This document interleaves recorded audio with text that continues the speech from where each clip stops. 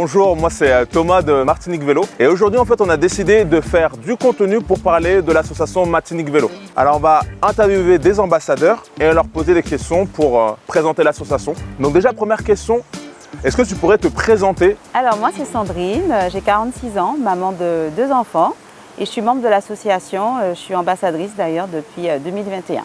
J'habite au Gros-Morne, je suis à Martinique depuis 2 ans, je suis venue pour travailler à Martinique. Je suis Jacques, mon activité professionnelle s'est arrêtée au moment de ma retraite et depuis cette époque, j'ai retrouvé mes plaisirs d'enfance, je fais du vélo. Hervé Guigné, Foyalet. Je suis comptable depuis une vingtaine d'années, un ancien sportif il y a 20 ans. Est-ce que tu pourrais nous parler de ton parcours à vélo? Est-ce que tu faisais du vélo avant? Comment tu t'y es mis et pourquoi tu as adhéré à l'association Martinique Vélo? 2021, je suis partie dans le sud de la France, dans un petit patelin qui s'appelle Sanguinet. C'était très mal desservi, il fallait absolument prendre un vélo. Dès que je suis rentrée de mes vacances, j'ai acheté un vélo et je faisais des petits parcours. Et en me promenant autour de la piscine de Chelcher, j'ai vu l'association Martinique Vélo, j'ai fait la connaissance de Patricia qui m'a proposé justement d'adhérer à l'association. Dans la commune de Chelcher où je réside, tout le monde me connaît comme étant le monsieur qui se déplace à vélo. J'ai travaillé à Mayotte, j'ai vécu 2 ans et à Mayotte j'ai fait le tour de Mayotte à vélo. Et quand je suis arrivée à Martinique, j'ai voulu faire la même chose. Et c'est mon collègue qui m'a parlé de l'association. Il y avait une sortie nocturne et j'ai fait la première et j'ai adhéré. J'ai repris le vélo il y a déjà 1 an par le bouche à oreille, les médias sociaux. J'ai connu Martinique Vélo, je me suis inscrit, je me suis dit c'est une bonne alternative pour inclure à nouveau le vélo dans les activités sportives au quotidien et de découvrir aussi les paysages, l'environnement et le voisinage. J'ai découvert Martinique Vélo, non par hasard, mais tout simplement parce que je fais du vélo et que j'ai rencontré d'autres personnes qui font du vélo.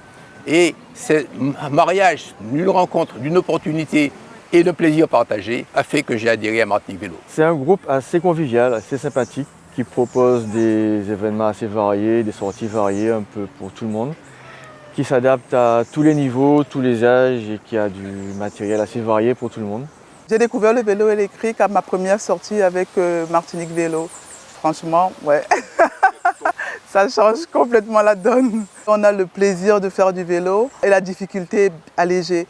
Quand on a des côtes, on ne se retrouve pas complètement à la ramasse, à peiner, à pousser son vélo. On a tout le confort, on a tout le plaisir. Je trouve que le vélo électrique donne quand même l'opportunité d'aller plus loin que la capacité physique. Est-ce que tu fais également du vélo en famille? Parce que je sais qu'il y en a beaucoup qui regardent le compte et qui aimeraient le faire avec leurs enfants. Donc je voulais savoir, est-ce que tu le fais aussi du vélo en famille? Oui, j'ai eu l'occasion de faire du vélo en famille. Par contre, l'insécurité en Martinique, c'est pas évident avec mes enfants. Donc quand je fais du vélo avec mes enfants, c'est vraiment sous des petits secteurs comme la place de Chelcher. On peut éventuellement aller à Didier ou autour de la piscine, mais c'est vraiment très très restreint. J'ai fait du vélo en famille avec mes enfants et avec mes petits-enfants. Mais ce vélo en famille est fait dans des zones protégées. Ça m'arrive de faire en famille avec mes enfants et aussi avec des amis.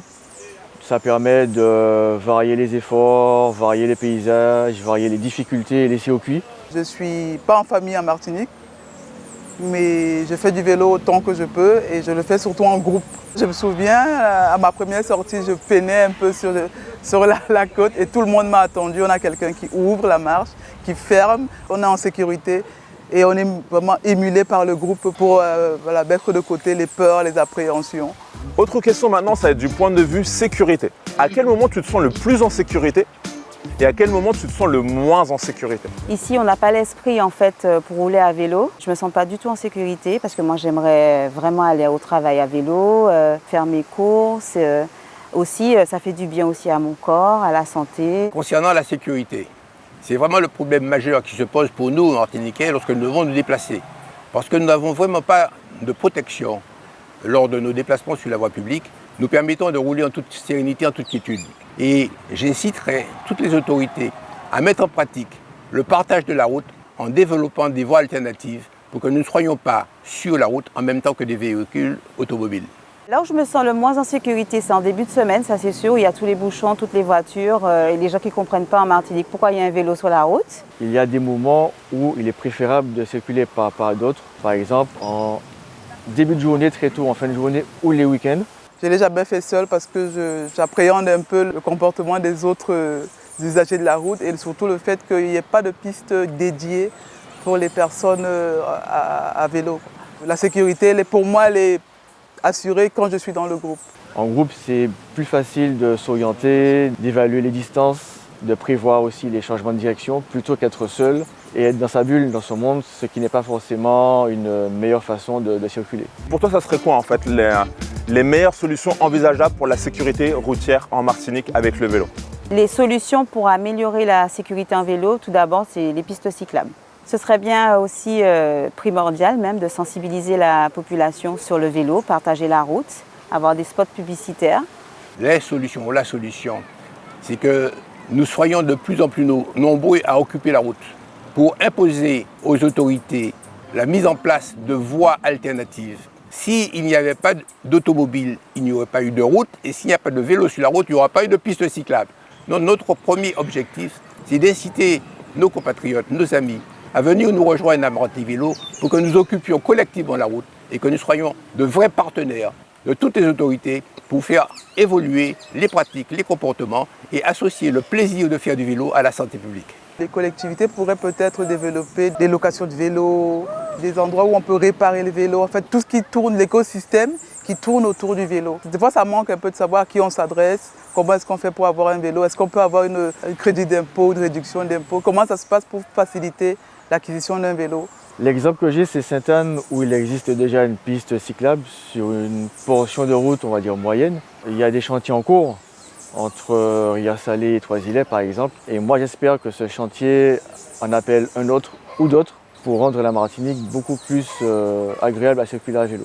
Alors il existe un baromètre qui a été créé par la FUB. La FUB, c'est la Fédération des usagers à bicyclette, qui note en fait les villes les plus cyclables en France, selon leur aménagement, leur signalisation. A, c'est la meilleure note, B, c'est D, jusqu'à G. G, c'est la plus mauvaise note. Donc toi, selon ta ville, est-ce que tu penses qu'elle rentre dans les critères déjà de ce baromètre et quelle note tu lui attribuerais sur ce baromètre? Fort-de-France, je l'aurais situé à F, ce qui pourrait être motivant parce qu'il y a une grande marge d'amélioration. Ma ville, Schellcher, c'est sûr qu'elle serait au bas de l'échelle, G. Mais je suis sûre qu'on pourrait arriver au maximum.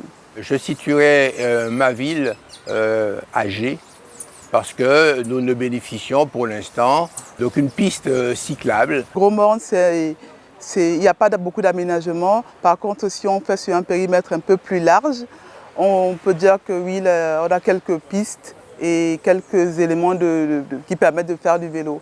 Donc au niveau de la note, je donnerais F, question d'encourager les collectivités à faire plus.